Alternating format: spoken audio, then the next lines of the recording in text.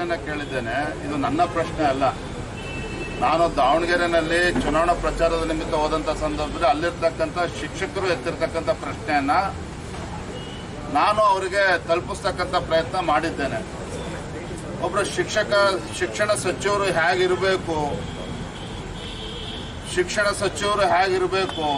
ಮಾದರಿಯಾಗಿರ್ಬೇಕು. ಅವರು ಯಾವುದೇ ಸಚಿವರಾದ್ರೂ ಕೂಡ ಮಾದರಿಯಾಗಿರ್ಬೇಕು. ಆದರೆ ಒಂದ್ ಕಡೆ ನಮ್ಮ ಶಿಕ್ಷಣ ಸಚಿವರು ಹೇಳ್ತಾರೆ ನನಗೆ ಕನ್ನಡ ಬರೋದಿಲ್ಲ ಅಂತೇಳಿ ಅವರೇ ಮಾತನಾಡ್ತಾರೆ.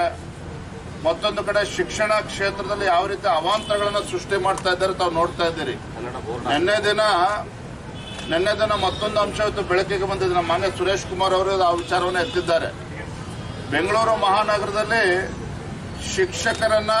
ತಾತ್ಕಾಲಿಕವಾಗಿ ಶಿಕ್ಷಕರನ್ನ ನೇಮಕ ಮಾಡೋದಕ್ಕೆ ಏನು ಪ್ರೈವೇಟ್ ಕಾಂಟ್ರಾಕ್ಟರ್ಸ್, ಲೇಬರ್ ಕಾಂಟ್ರಾಕ್ಟರ್ ಏನಿದ್ದಾರೆ ಅವರಿಗೆ ಆ ಒಂದು ಜವಾಬ್ದಾರಿಯನ್ನು ನೀಡಿದ್ದಾರೆ. ಅಂದ್ರೆ ಶಿಕ್ಷಣ ಸಚಿವರು ಎಷ್ಟು ಗಾಂಭೀರ್ಯವಾಗಿ ತಮ್ಮ ಒಂದು ಇಲಾಖೆಯನ್ನ ಪರಿಗಣಿಸಿದ್ದಾರೆ ಅಂತ ಅನ್ನೋದನ್ನ ಮೇಲ್ನೋಟಕ್ಕೆ ಕೂಡ ಗೊತ್ತಾಗ್ತದೆ.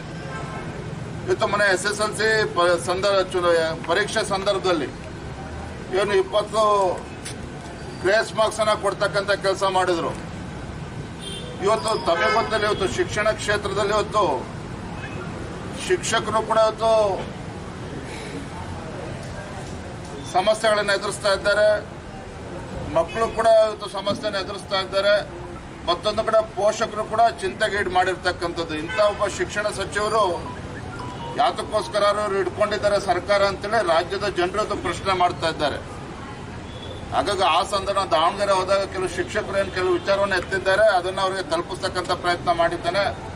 ಅವ್ರು ಬಹಳ ಮನಸ್ಸಿಗೆ ಹಚ್ಕೊಂಡಂತೆ ಕಾಣ್ತದೆ. ನಾನು ಇಷ್ಟ ಹೇಳ್ತೇನೆ, ಅವ್ರಿಗೆ ಹಣಕಾಸಿನ ಸಮಸ್ಯೆ ಇದ್ರೆ ಬಹುಶಃ ನಮ್ಮ ಯುವ ಮೋರ್ಚಾದವ್ರಿಗೆ ಹೇಳ್ತೇನೆ, ಎಲ್ಲ ಅವ್ರ ಹೇರ್ ಕಟ್ಟಿಗೆ ಏನ್ ಬೇಕೋ ಅದನ್ನ ಸಂಗ್ರಹ ಮಾಡಿ ಅವ್ರು ಕೊಡಿಸ್ತಕ್ಕಂಥ ಪ್ರಯತ್ನ ಮಾಡ್ತೇನೆ. ನೀವೇ ಮಾಡ್ಬೇಕು ಅಂತ ಅವ್ರಿಗೆ ಹಣಕಾಸಿನ ಸಮಸ್ಯೆ ಇದ್ರೆ ನಮ್ಮ ಯುವ ಮೋರ್ಚಾ ವತಿಯಿಂದ ಹೇಳಿ ಹಣವನ್ನು ಸಂಗ್ರಹ ಮಾಡಿ ಅವ್ರಿಗೆ ಹೇರ್ ಕಟ್ ಪ್ರತಿ ತಿಂಗಳು ಎಷ್ಟು ಬೇಕು ಅಂತ ಹೇಳಿದ್ರೆ ಆ ಹಣವನ್ನು ಸಂದಾಯ ಮಾಡ್ತಕ್ಕಂಥ ಕೆಲಸ ನಾವು ಮಾಡ್ತೇವೆ.